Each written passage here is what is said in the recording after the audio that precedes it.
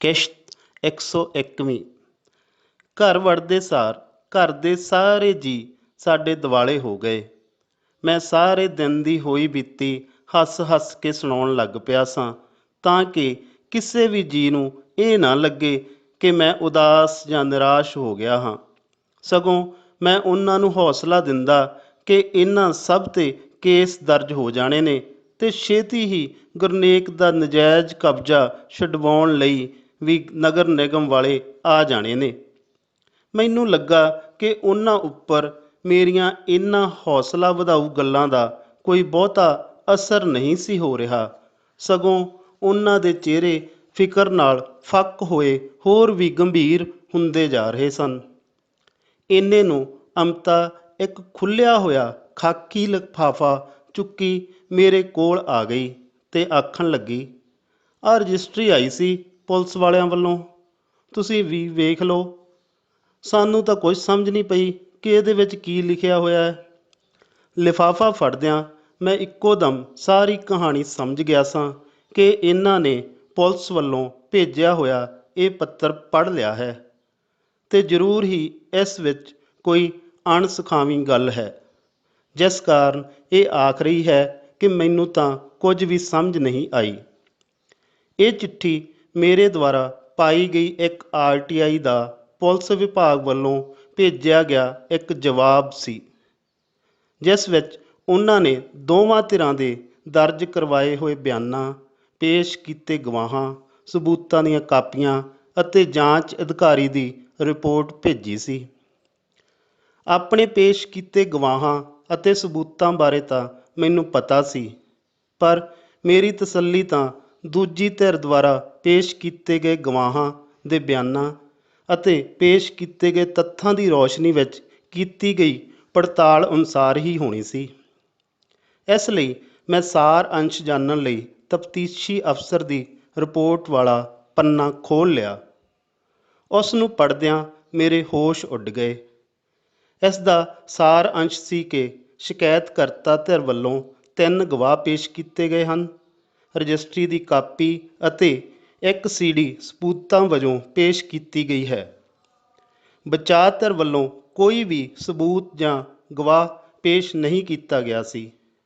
ਅੰਤ ਵਿੱਚ ਜਾਂਚ ਅਧਿਕਾਰੀ ਨੇ ਨੋਟਿੰਗ ਦਿੱਤੀ ਸੀ ਕਿ ਜਾਂਚ ਦੌਰਾਨ ਪਾਇਆ ਗਿਆ ਹੈ ਕਿ ਸ਼ਿਕਾਇਤਕਰਤਾ ਪਿਛਲੇ 25 ਸਾਲ ਤੋਂ ਚੱਲੀ ਆ ਰਹੀ ਗਲੀ ਉੱਪਰ ਨਜਾਇਜ਼ ਕਬਜ਼ਾ ਕਰਨਾ ਚਾਹੁੰਦਾ ਹੈ। ਇਹ ਜਗ੍ਹਾ ਵਾਧ ਘਾਟ ਦੀ ਜਗ੍ਹਾ ਹੈ, ਇਸ ਲਈ ਇਸ ਕੇਸ ਨੂੰ ਦਾਖਲ ਦਫ਼ਤਰ ਕਰਨ ਦੀ ਸਿਫਾਰਸ਼ ਕੀਤੀ ਜਾਂਦੀ ਹੈ। ਕਿਸ਼ਤ 102ਵੀਂ।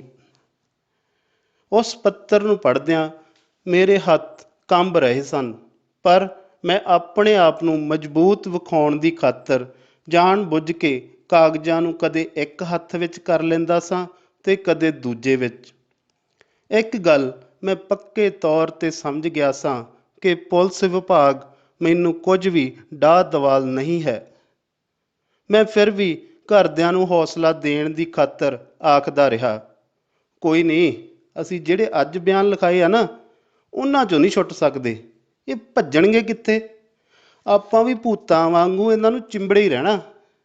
ਜਿਉਂਦੇ ਜੀ ਤਾਂ ਨਹੀਂ ਇਹਨਾਂ ਦੇ ਪਿੱਛੋਂ ਲੈਂਦੇ। ਹੁਣ ਕੁਝ ਆਖੀ ਜਾਣ ਜਾਂ ਲਿਖੀ ਜਾਣ। ਸ਼ਾਇਦ ਮੇਰੀਆਂ ਇਹਨਾਂ ਗੱਲਾਂ ਦਾ ਕਿਸੇ 'ਤੇ ਵੀ ਭੋਰਾ ਭਰ ਅਸਰ ਨਹੀਂ ਸੀ ਹੋਇਆ। ਘਰ ਦਾ ਮਾਹੌਲ ਉਸੇ ਤਰ੍ਹਾਂ ਗਮਗੀਨ ਦਿਸੀ ਜਾ ਰਿਹਾ ਸੀ, ਜਿਸ ਤਰ੍ਹਾਂ ਦੇ ਮਾਹੌਲ ਵਿੱਚ ਮੈਂ ਘਰ 'ਚ ਦਾਖਲ ਹੋਇਆ ਸਾਂ।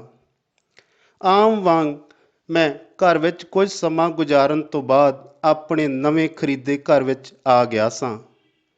ਦਰਵਾਜ਼ੇ ਦਾ ਜਿੰਦਰਾ ਖੋਲ੍ਹਦਿਆਂ ਮੇਰੇ ਮਨ 'ਤੇ ਪਤਾ ਨਹੀਂ ਕਿਹੜੀ ਉਦਾਸੀ ਛਾ ਗਈ ਸੀ ਕਿ ਮੈਂ ਉੱਚੀ ਉੱਚੀ ਰੋਣਾ ਸ਼ੁਰੂ ਕਰ ਦਿੱਤਾ। ਰੋਂਦੇ ਹੋਏ ਮੈਂ ਉੱਚੀ ਉੱਚੀ ਬੋਲਣ ਵੀ ਲੱਗ ਪਿਆ ਸਾਂ, ਓਏ ਤੁਹਾਡਾ ਕੁਝ ਨਾ ਰਹੇ ਓਏ ਮੈਨੂੰ ਦੋਸ਼ੀ ਠਹਿਰਾਉਣ ਵਾਲਿਓ। ਤੁਸੀਂ ਅੱਜ ਉਸ ਬੰਦੇ ਨੂੰ ਦੋਸ਼ੀ ਠਹਿਰਾ ਦਿੱਤਾ ਹੈ ਜਿਹੜਾ ਲਿਖਦਾ ਵੀ ਆ ਤਾਂ ਲੋੜਵੰਦਾਂ ਨੂੰ ਖੂਨ ਦਾਨ ਕਰਨ ਦੇ ਲਈ, ਜਿਹੜਾ ਅਖਬਾਰਾਂ 'ਚੋਂ ਆਇਆ ਇੱਕ ਇੱਕ ਪੈਸਾ ਖੂਨ ਦਾਨ ਕਰਨ ਵਾਸਤੇ ਵਰਤ ਦਿੰਦਾ ਹੈ, ਜਾਂ ਫਿਰ ਸਕੂਲ ਵਿੱਚ ਚਲਾਈ ਜਾ ਰਹੀ ਨਰਸਰੀ ਲਈ, ਜਿੱਥੋਂ ਹਜ਼ਾਰਾਂ ਪੌਦੇ ਤਿਆਰ ਕਰਕੇ ਮੁਫਤ ਵੰਡੇ ਜਾਂਦੇ ਨੇ। ਤੁਸੀਂ ਉਸ ਬੰਦੇ ਨੂੰ ਸੜਕ ਉੱਤੇ ਕਬਜ਼ਾ ਕਰਨ ਵਾਲਾ ਠਹਿਰਾ ਦਿੱਤਾ। ਓਏ ਕੁੱਤਿਓ, ਤੁਹਾਡਾ ਕੱਖ ਨਾ ਰਹੇ ਓ ਪੁਲਿਸ ਵਾਲਿਓ। ਮੈਂ ਕਾਫੀ ਦੇਰ ਤੱਕ ਇਕੱਲਾ ਹੀ ਇਸ ਤਰ੍ਹਾਂ ਬੋਲਦਾ ਹੋਇਆ ਰੋਂਦਾ ਵੀ ਰਿਹਾ ਸਾਂ। ਇੱਥੇ ਮੈਨੂੰ ਹੌਸਲਾ ਦੇਣ ਜਾਂ ਚੁੱਪ ਕਰਵਾਉਣ ਵਾਲਾ ਕੋਈ ਵੀ ਨਹੀਂ ਸੀ, ਪਰ ਮੈਂ ਆਪਣੇ ਮਨ ਦਾ ਗੁੱਬ ਗੁਹਾਟ ਕੱਢ ਕੇ ਆਪ ਹੀ ਚੁੱਪ ਹੋ ਗਿਆ ਸਾਂ। ਮੈਂ ਬਹੁਤ ਨਿਢਾਲ ਹੋ ਚੁੱਕਾ ਸਾਂ ਅਤੇ ਮੇਰਾ ਮਨ ਕਾਫੀ ਹੌਲਾ ਹੋ ਗਿਆ ਸੀ। ਫਿਰ ਦਿਮਾਗ ਵਿੱਚ ਆਇਆ ਕਿ ਇਹਨਾਂ ਸਰਕਾਰੀ ਗੁੰਡਿਆਂ ਨਾਲ ਆਰ ਪਾਰ ਦੀ ਲੜਾਈ ਲੜਨੀ ਹੀ ਪੈਣੀ ਹੈ। ਹੰਝੂ ਪੂੰਝਦਾ ਹੋਇਆ ਸੋਚਣ ਲੱਗਾ ਕਿ ਅਜਿਹਾ ਕੀ ਕੀਤਾ ਜਾਵੇ ਕਿ ਜਿਸ ਨਾਲ ਮੇਰੇ ਸਮੇਤ ਹਰ ਉਸ ਮਜ਼ਲੂਮ ਨੂੰ ਰਾਹਤ ਮਿਲੇ ਜਿਹੜਾ ਇਹਨਾਂ ਦਰਿੰਦਿਆਂ ਦੇ ਜ਼ੁਲਮ ਦਾ ਸ਼ਿਕਾਰ ਹੋਇਆ ਹੈ। ਅੰਤ ਸੋਚ ਵਿਚਾਰ ਕਰਦਿਆਂ ਇੱਕ ਗੱਲ ਮੇਰੇ ਦਿਮਾਗ ਵਿੱਚ ਆਈ ਕਿ ਕਿਉਂ ਨਾ ਉਸ ਅਖਬਾਰ ਦੇ ਸੰਪਾਦਕ ਨੂੰ ਖਤ ਲਿਖਿਆ ਜਾਵੇ ਜਿਸ ਵਿੱਚ ਮੇਰੇ ਸਭ ਤੋਂ ਵੱਧ ਲੇਖ ਆਦਿ ਛਪਦੇ ਹਨ, ਅਤੇ ਗਾਹੇ ਬਗਾਹੇ ਕਿਸੇ ਵਿਸ਼ੇ 'ਤੇ ਲੇਖ ਲਿਖਣ ਲਈ ਉਹ ਫੋਨ ਕਰਕੇ ਮੈਨੂੰ ਹੁਕਮ ਵੀ ਕਰ ਦਿੰਦਾ ਹੁੰਦਾ ਹੈ। ਕਿਸ਼ਤ 103ਵੀਂ। ਭਾਵੁਕ ਹਾਲਤ ਵਿੱਚ ਮੈਂ ਉਸ ਨੂੰ ਖਤ ਲਿਖਣ ਲੱਗ ਪਿਆ। ਬਹੁਤ ਹੀ ਸਤਿਕਾਰਯੋਗ ਸੰਪਾਦਕ ਸਾਹਿਬ ਜੀ, ਤੁਸੀਂ ਆਪਣੇ ਅਖਬਾਰ ਦੇ ਚੌਥੇ ਵਰ੍ਹੇ ਵਿੱਚ ਸ਼ਾਮਲ ਹੋਣ ਦਾ ਜਸ਼ਨ ਮਨਾਇਆ ਹੈ, ਪਰ ਮੈਨੂੰ ਅਫਸੋਸ ਲੱਗਾ ਕਿ ਮੈਂ ਆਪਣੇ ਪਿਆਰੇ ਅਖਬਾਰ ਦੀ ਇਸ ਖੁਸ਼ੀ ਵਿੱਚ ਆਪ ਜੀ ਨੂੰ ਵਧਾਈ ਤੱਕ ਵੀ ਨਹੀਂ ਦੇ ਸਕਿਆ। ਵਧਾਈ ਤੇ ਸ਼ਹਿਨਾਈ ਵੀ ਉਸ ਵੇਲੇ ਹੀ ਚੰਗੀ ਲੱਗਦੀ ਹੈ ਜਦ ਮਨ ਖੁਸ਼ ਹੋਵੇ।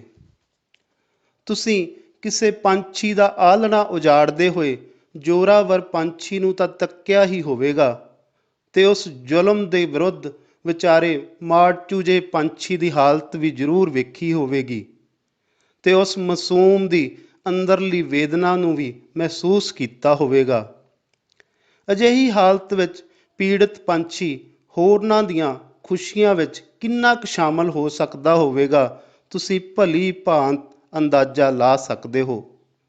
ਇਹਨਾਂ ਦਿਨਾਂ ਵਿੱਚ ਅਜਿਹਾ ਸਭ ਕੁਝ ਮੇਰੇ ਨਾਲ ਵਾਪਰਿਆ ਹੈ।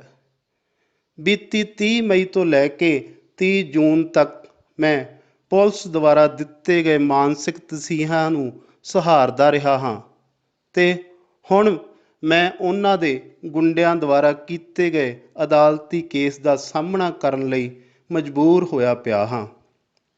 ਇੱਥੋਂ ਉੱਡ ਜਾ ਭੋਲਿਆ ਪੰਛੀਆ, ਤੇਰਾ ਆਲ੍ਹਣਾ ਦੇਣਗੇ ਢਾਹ। ਗੀਤ ਦੇ ਸ਼ਾਬਦਿਕ ਅਰਥਾਂ ਦੀ ਸਮਝ ਤਾਂ ਮੈਨੂੰ ਪਹਿਲਾਂ ਹੀ ਸੀ, ਪਰ ਹੁਣ ਇਸ ਗੀਤ ਦੇ ਭਾਵ ਅਰਥ ਵੀ ਸਮਝ ਆਉਣ ਲੱਗ ਪਏ ਹਨ।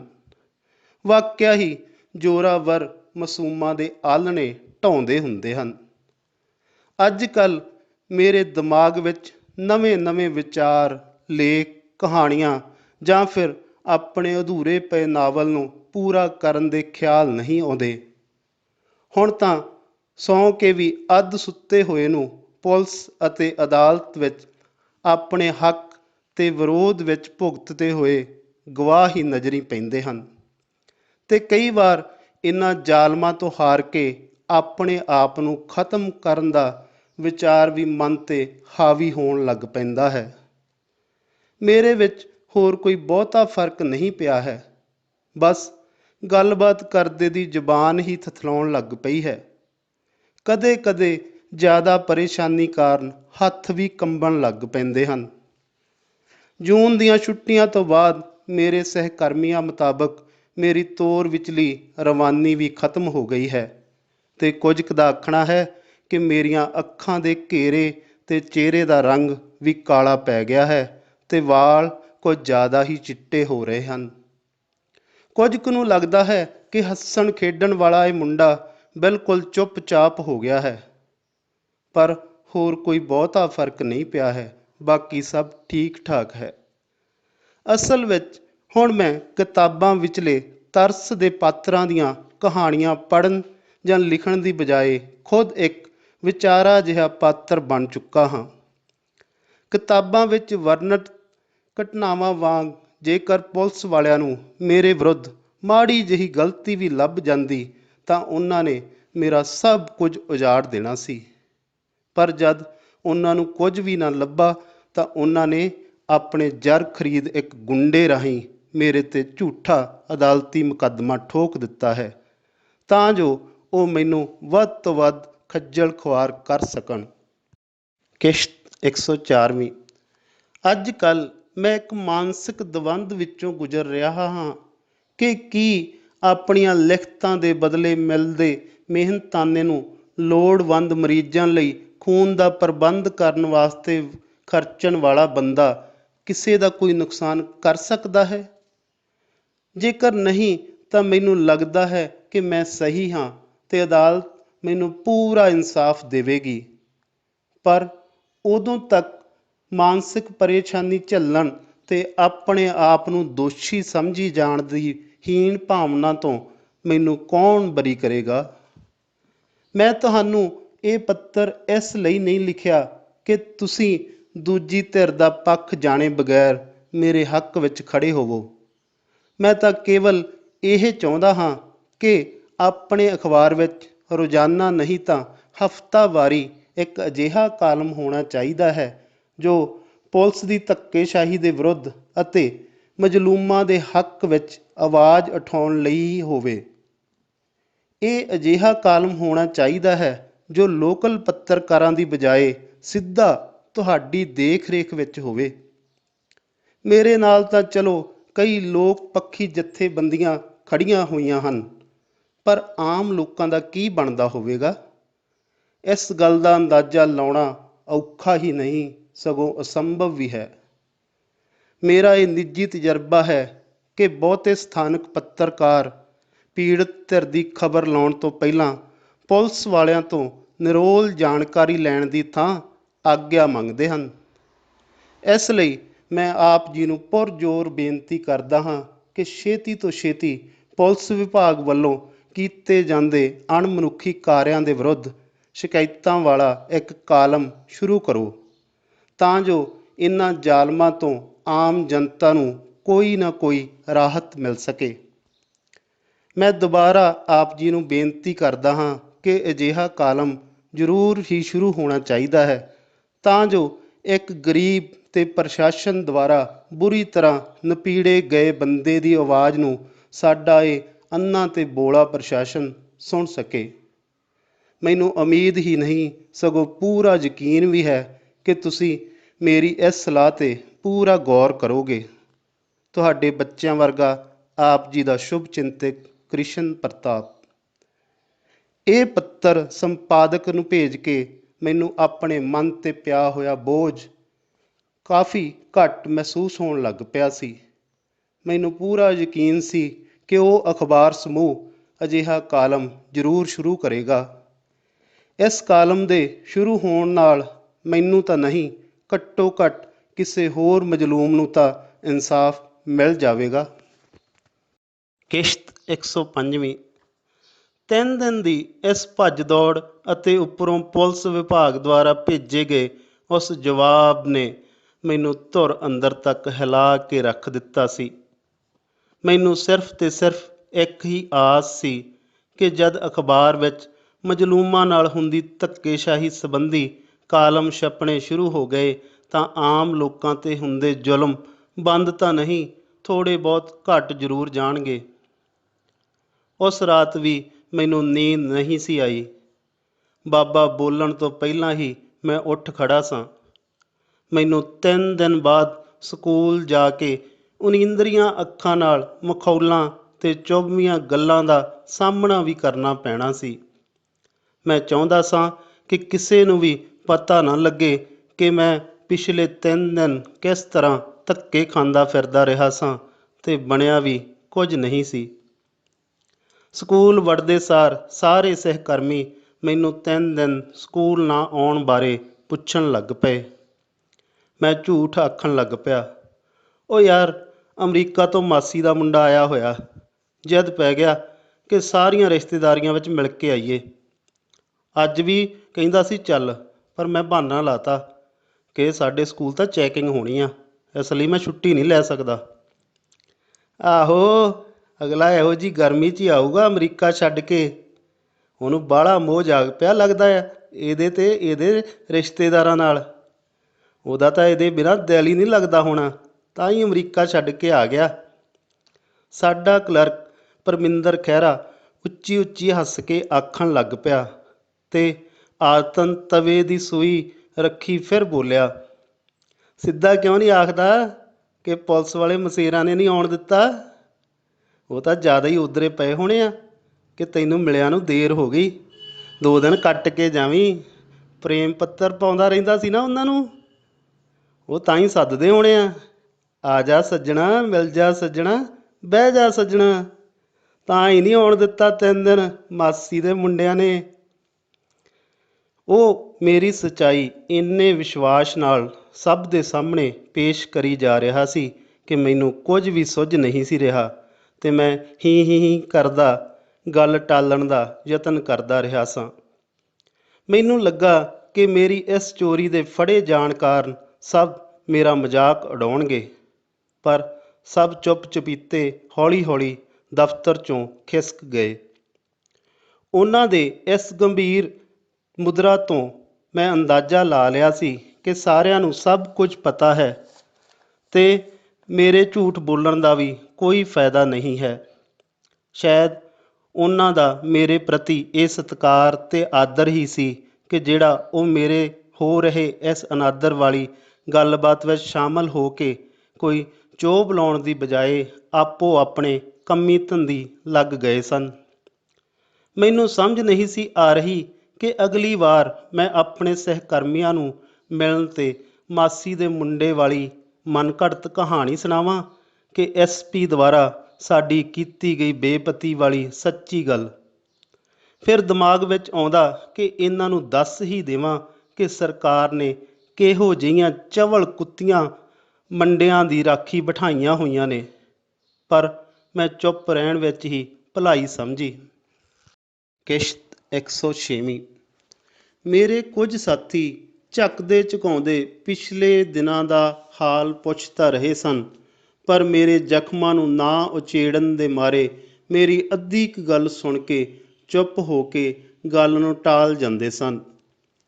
ਮੈਨੂੰ ਮਹਿਸੂਸ ਹੋ ਗਿਆ ਕਿ ਉਹਨਾਂ ਨੇ ਦੂਜਿਆਂ ਤੋਂ ਮੇਰੀ ਰਾਮ ਕਹਾਣੀ ਸੁਣ ਲਈ ਸੀ ਤੇ ਤਾਂ ਹੀ ਚੁੱਪ ਹੋ ਕੇ ਗੱਲ ਨੂੰ ਹੋਰ ਪਾਸੇ ਪਾ ਦਿੰਦੇ ਸਨ। ਮੈਂ ਘੰਟਿਆਂ ਅਨੁਸਾਰ ਜਮਾਤਾਂ ਵਿੱਚ ਤਾਂ ਜਾਂਦਾ ਰਿਹਾ ਸਾਂ, ਪਰ ਵਿਦਿਆਰਥੀਆਂ ਨੂੰ ਪੜ੍ਹਾਉਣ ਵਿੱਚ ਮੇਰਾ ਮਨ ਨਹੀਂ ਸੀ ਲੱਗ ਰਿਹਾ।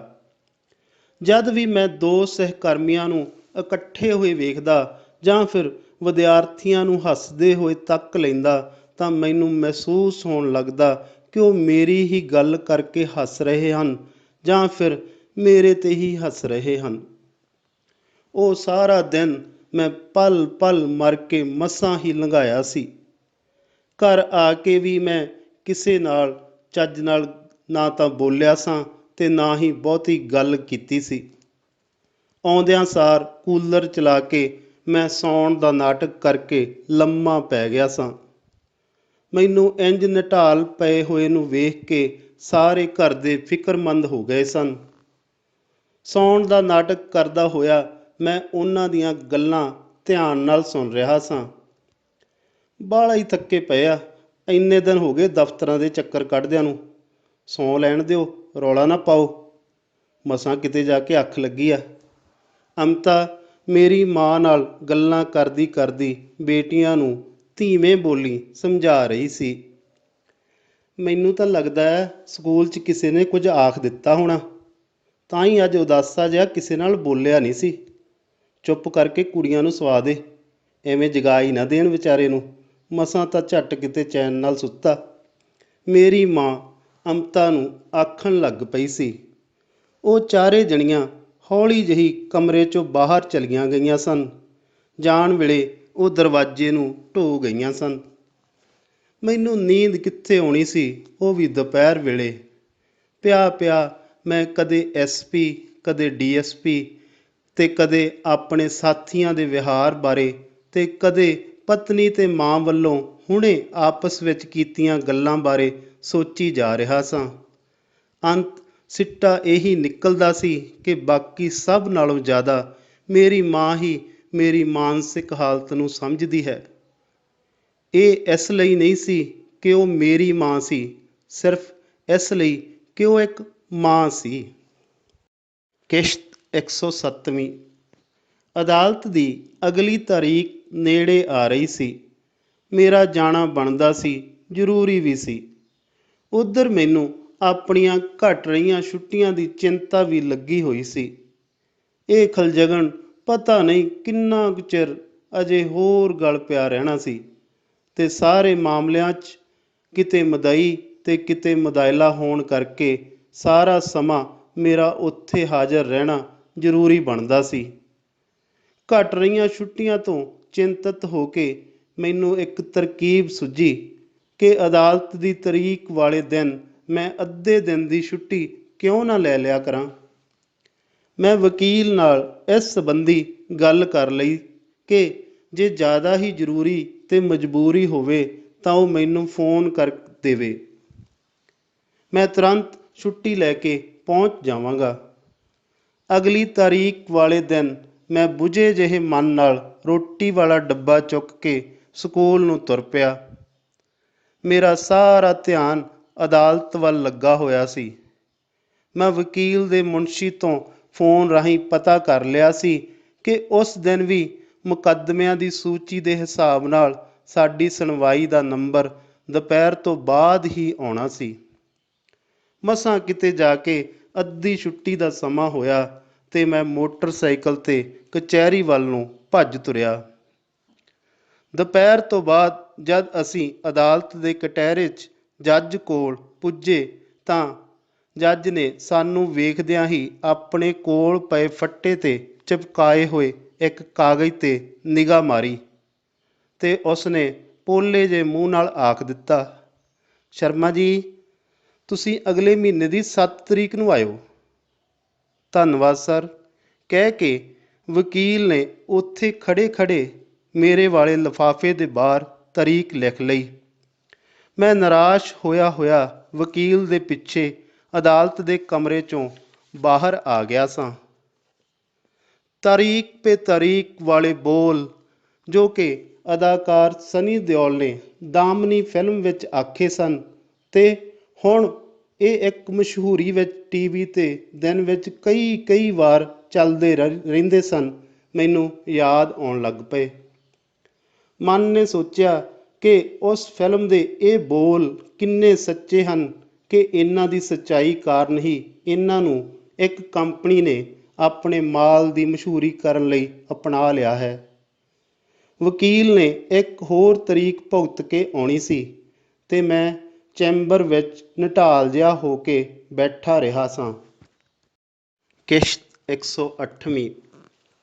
ਮੇਰੇ ਮਨ ਵਿੱਚ ਆਉਣ ਲੱਗਾ ਕਿ ਸ਼ਾਇਦ ਗਰਨੇਕ ਹੋਰਾਂ ਨੇ ਮੈਨੂੰ ਡਰਾਉਣ ਲਈ ਹੀ ਇਹ ਮੁਕੱਦਮਾ ਦਾਇਰ ਕੀਤਾ ਹੈ।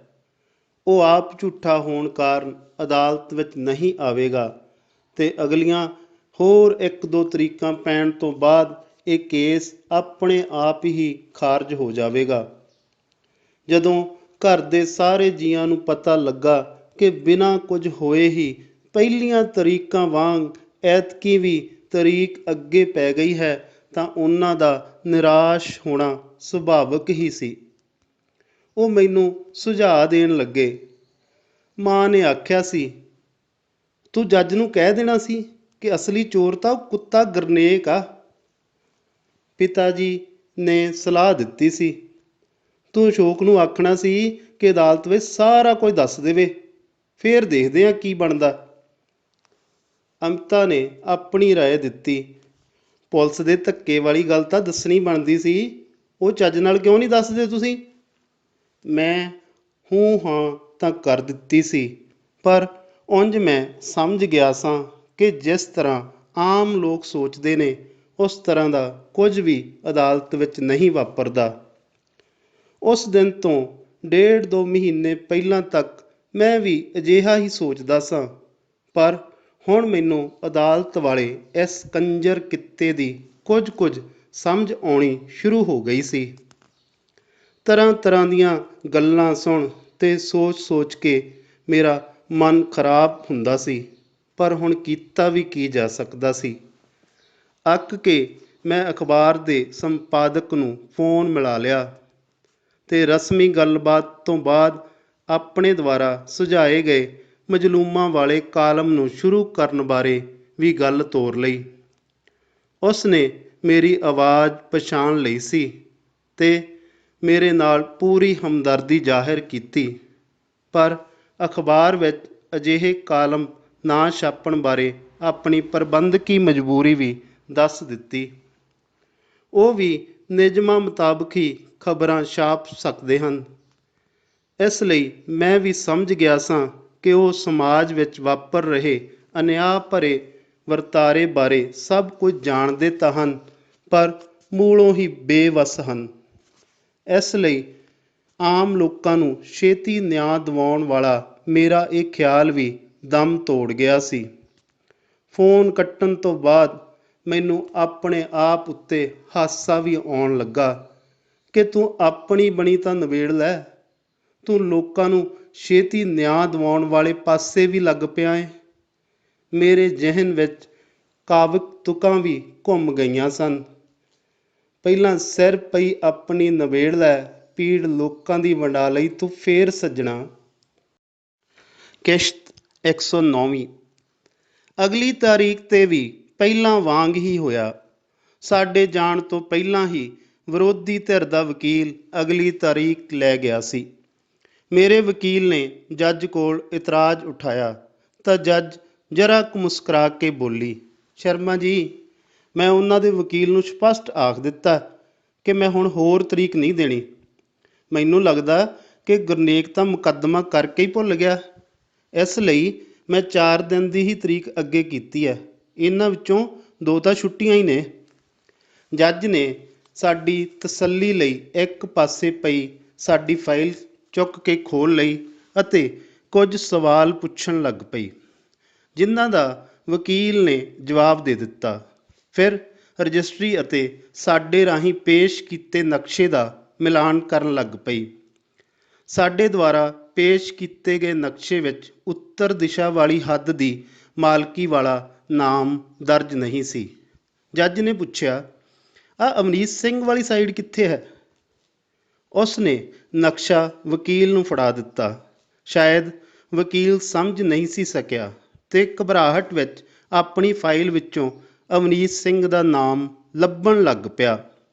ਮੈਂ ਤੁਰੰਤ ਹੀ ਉਸ ਨੂੰ ਨਕਸ਼ੇ ਉੱਤੇ ਉਂਗਲ ਰੱਖ ਕੇ ਦੱਸ ਦਿੱਤਾ ਕਿ ਅਵਨੀਤ ਸਿੰਘ ਦਾ ਘਰ ਉੱਤਰ ਦਿਸ਼ਾ ਵਿੱਚ ਹੈ। ਉਸ ਨੇ ਜਦ ਜੱਜ ਨੂੰ ਦੱਸਿਆ ਤਾਂ ਜੱਜ ਗੰਭੀਰਤਾ ਨਾਲ ਬੋਲੀ, ਸ਼ਰਮਾ ਜੀ, ਇਹ ਸਪਸ਼ਟ ਨਹੀਂ ਹੋ ਰਿਹਾ, ਚੰਗੀ ਤਰ੍ਹਾਂ ਸਮਝਾਓ। ਮੈਂ ਅੱਗੇ ਹੋ ਕੇ ਦੱਸਣਾ ਚਾਹਿਆ ਤਾਂ ਜੱਜ ਮੁਸਕਰਾ ਕੇ ਬੋਲੀ, ਤੁਸੀਂ ਸ਼ਰਮਾ ਜੀ ਨੂੰ ਕੇਸ ਦੀ ਫੀਸ ਦਿੱਤੀ ਹੈ ਨਾ, ਇਹਨਾਂ ਨੂੰ ਵੀ ਸਮਝਾਉਣ ਦਿਓ। ਮੈਂ ਚੁੱਪ ਕਰ ਗਿਆ। ਵਕੀਲ ਕਾਗਜ਼ਾਂ ਦੀ ਅਜੇ ਵੀ ਫਰੋਲਾ ਫਰਾਲੀ ਕਰ ਰਿਹਾ ਸੀ ਕਿ ਜੱਜ ਬੋਲ ਪਈ, ਸ਼ਰਮਾ ਜੀ ਰਹਿਣ ਦਿਓ, ਅਗਲੀ ਤਾਰੀਖ 'ਤੇ ਹੀ ਸਭ ਕੁਝ ਸਮਝਾ ਦੇਣਾ। ਵਕੀਲ ਨੇ ਕਾਗਜ਼ ਸਮੇਟਦਿਆਂ ਆਖਣਾ ਸ਼ੁਰੂ ਕਰ ਦਿੱਤਾ, ਸਰ, ਇਹ ਬੰਦਾ ਸਾਨੂੰ ਜਾਣ ਬੁੱਝ ਕੇ ਬਿਨਾਂ ਵਜ੍ਹਾ ਤੰਗ ਪਰੇਸ਼ਾਨ ਕਰ ਰਿਹਾ, ਇਹ ਕਾਨੂੰਨ ਦੀ ਗਲਤ ਵਰਤੋਂ ਕਰ ਰਿਹਾ ਹੈ। ਜੱਜ ਆਪਣੀ ਕੁਰਸੀ ਤੋਂ ਉੱਠ ਖੜੀ ਤੇ ਬੋਲੀ, ਕੋਈ ਨਹੀਂ ਸ਼ਰਮਾ ਜੀ, ਅਗਲੀ ਤਾਰੀਖ 'ਤੇ ਹੀ ਬਹਿਸ ਕਰਾਂਗੇ। ਵਕੀਲ ਚੁੱਪ ਕਰ ਗਿਆ। ਅਸੀਂ ਦੋਵੇਂ ਕਮਰੇ 'ਚੋਂ ਬਾਹਰ ਆ ਗਏ। ਚੈਂਬਰ ਤੱਕ ਦੇ ਰਸਤੇ ਵਿੱਚ ਮੈਂ ਆਪਣੇ ਵਕੀਲ ਨੂੰ ਅਵਨੀਤ ਸਿੰਘ ਦਾ ਘਰ ਸਮਝਾਉਂਦਾ ਆਇਆ, ਪਰ ਮੈਨੂੰ ਵਕੀਲ ਦੇ ਚਿਹਰੇ ਤੋਂ ਲੱਗਣ ਲੱਗ ਪਿਆ ਕਿ ਅਜੇ ਵੀ ਉਸ ਨੂੰ ਸਮਝ ਨਹੀਂ ਸੀ ਲੱਗੀ। ਚੈਂਬਰ ਵਿੱਚ ਜਾ ਕੇ ਮੈਂ ਕਾਗਜ਼ ਉੱਤੇ ਨਕਸ਼ਾ ਬਣਾ ਕੇ ਅਤੇ ਵਕੀਲ ਵਾਲੀ ਫਾਈਲ ਵਿੱਚੋਂ ਨਕਸ਼ੇ ਦੀ ਕਾਪੀ ਕੱਢ ਕੇ ਉਸ ਨੂੰ ਫਿਰ ਸਮਝਾਇਆ ਕਿ ਅਵਨੀਤ ਸਿੰਘ ਦਾ ਘਰ ਕਿੱਥੇ ਕੁ ਹੈ। ਕਿਸ਼ਤ 110ਵੀਂ। ਇੱਕ ਹੋਰ ਗੱਲ ਮੈਂ ਵਕੀਲ ਨੂੰ ਆਖੀ ਕਿ ਜਦ ਆਪਣਾ ਝਗੜਾ ਇਸ ਪਾਸੇ ਵੱਲ ਦਾ ਹੈ ਹੀ ਨਹੀਂ ਤਾਂ ਇਸ ਪਾਸੇ ਦੀ ਗੱਲ ਕਰਨੀ ਵੀ ਗੈਰ ਕਾਨੂੰਨੀ ਹੈ। ਜੇ ਉੱਤਰ ਦਿਸ਼ਾ ਦੀ ਗੱਲ ਕਰਨੀ ਹੈ ਤਾਂ ਗੁਰਨੇਕ ਦੁਆਰਾ ਝਗੜੇ ਵਾਲੇ ਪਾਸੇ ਵੱਲ ਹੀ ਕੀਤੇ ਗਏ ਨਜਾਇਜ਼ ਕਬਜ਼ੇ ਦੀ ਗੱਲ ਵੀ ਕੀਤੀ ਜਾਣੀ ਚਾਹੀਦੀ ਹੈ, ਕਿਉਂਕਿ ਜਿਸ ਪਾਸੇ ਵੱਲ ਉਸ ਨੇ ਮੇਰੇ 'ਤੇ ਗਲੀ ਦੱਬਣ ਦਾ ਦੋਸ਼ ਲਗਾਇਆ ਹੈ, ਉਸੇ ਹੀ ਪਾਸੇ ਅਤੇ ਉਸੇ ਹੀ ਗਲੀ ਵਿੱਚ ਉਸ ਨੇ ਗਲੀ ਦੀ ਜਗ੍ਹਾ ਦੱਬੀ ਹੋਈ ਹੈ। ਉਸ ਦੇ ਘਰ ਕੋਲ ਜਾ ਕੇ ਹੀ ਗਲੀ ਭੀੜੀ ਹੁੰਦੀ ਹੈ ਅਤੇ ਇਹ ਗੱਲ ਦੋਵਾਂ ਧਿਰਾਂ ਦੇ ਨਕਸ਼ਿਆਂ ਵਿੱਚ ਸਪਸ਼ਟ ਵਿਖਾਈ ਵੀ ਗਈ ਹੈ। ਮੈਨੂੰ ਲੱਗਾ ਕਿ ਵਕੀਲ ਉੱਪਰ ਮੇਰੀਆਂ ਇਹਨਾਂ ਗੱਲਾਂ ਦਾ ਕੋਈ ਵੀ ਅਸਰ ਨਹੀਂ ਸੀ ਹੋ ਰਿਹਾ। ਉਹ ਚੁੱਪਚਾਪ ਬੈਠਾ ਕੁਝ ਸੋਚਣ ਲੱਗ ਪਿਆ। ਮੈਨੂੰ ਲੱਗਾ ਕਿ ਸ਼ਾਇਦ ਇਹ ਹੀ ਸੋਚ ਰਿਹਾ ਹੈ ਕਿ ਮੈਂ ਇਸ ਨੂੰ ਕਿੰਨੀ ਵਾਰ ਸਮਝਾਇਆ ਹੈ ਕਿ ਕੇਸ ਤੋਂ ਬਾਹਰ ਦੀ ਕੋਈ ਵੀ ਗੱਲ ਨਹੀਂ ਕਰਨੀ ਤੇ ਇਸ ਨੇ ਫਿਰ ਉਹੀ ਚੈਨਲ ਚਲਾ ਲਿਆ ਹੈ। ਮੈਂ ਚੁੱਪ ਕਰਨ ਵਿੱਚ ਹੀ ਭਲਾਈ ਸਮਝੀ। ਪਹਿਲੇ ਹੀ ਹੱਲੇ ਵਿੱਚ ਜੱਜ ਦੁਆਰਾ ਵਕੀਲ ਨੂੰ ਫਸਾ ਲੈਣ ਦੀ ਗੱਲ ਸਾਡੇ ਕਿਸੇ ਵੀ ਜੀਅ ਦੇ ਗਲੇ ਤੋਂ ਥੱਲੇ ਨਹੀਂ ਸੀ ਉਤਰ ਰਹੀ। ਮੈਨੂੰ ਇਹ ਮਹਿਸੂਸ ਵੀ ਹੋਇਆ ਕਿ ਜੱਜ ਵਾਕਿਆ ਹੀ ਕਾਬਲੀਅਤ ਰੱਖਦੀ ਹੈ, ਜਿਸ ਨੇ ਸਾਡੀ ਮਾਮੂਲੀ ਜਿਹੀ ਗਲਤੀ ਵੀ ਫੜ ਲਈ ਸੀ।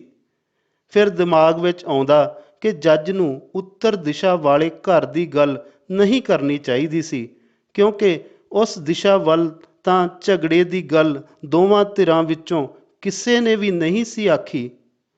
ਮਨ ਵਿੱਚ ਬੜੇ ਹੀ ਪੁੱਠੇ ਸਿੱਧੇ ਵਿਚਾਰ ਵੀ ਆਉਣ ਲੱਗ ਪਏ ਸਨ।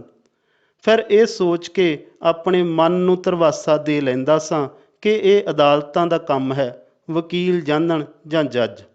ਮੈਂ ਕਿਉਂ ਊਲ ਜਲੂਲ ਸੋਚ ਕੇ ਆਪਣਾ ਖੂਨ ਸਾੜੀ ਜਾਂਦਾ ਹਾਂ। ਫਿਰ ਪਤਾ ਨਹੀਂ ਕਿਉਂ ਇਹੋ ਹੀ ਨਕਾਰਾਤਮਕ ਸੋਚ ਮੇਰੇ 'ਤੇ ਭਾਰੂ ਹੋ ਜਾਂਦੀ ਕਿ ਫਰਕ ਤਾਂ ਮੈਨੂੰ ਹੀ ਪੈਣਾ ਹੈ।